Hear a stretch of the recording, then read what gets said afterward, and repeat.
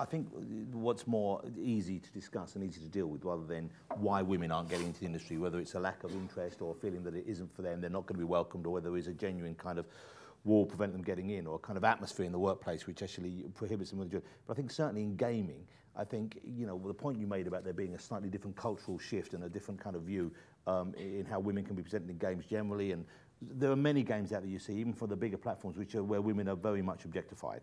But obviously, to another extent, men are objectified somewhat as well. You know, I think on the one hand, I think we would all agree that there is no place for sexism or homophobia or anything which is kind of like diminishing any group of people in the game industry. At the same time, I'm sure we would also encourage freedom of speech within that industry. So the difficulty is that I don't think that when you talk about an industry, whether there is an industry, where there is one kind of cohesive belief or movement or desire to change the way things are, society tends to find its own level, I think. It really does. And the society of gaming is a fairly new one. And it's not found its level yet. And I don't think it reflects the real world. And in the real world, even in the world outside of gaming, there's obviously a kind of bias which favours males. And thank Christ for that.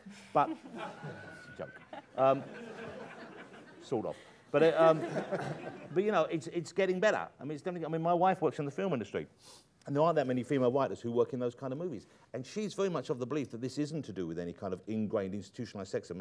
It is because a lot of women don't feel they can do that or don't feel they should do that. That's not the film industry's fault, she doesn't believe. And I'm putting words in her mouth. She isn't here to speak otherwise. Perhaps I'm misquoting her. But I think she feels that, you know, until people want to get into it and do it themselves, then they won't be in there. And you've both said that when you advertise for jobs, there aren't that many female applicants. So who are you going to employ? And it's only when there are more female applicants that I should imagine the attitude in the workroom is going to change from saying, okay, yeah, let's put a babe in bikini in here. Well, you won't do that. People do change when they're actually, you know, forced to be better people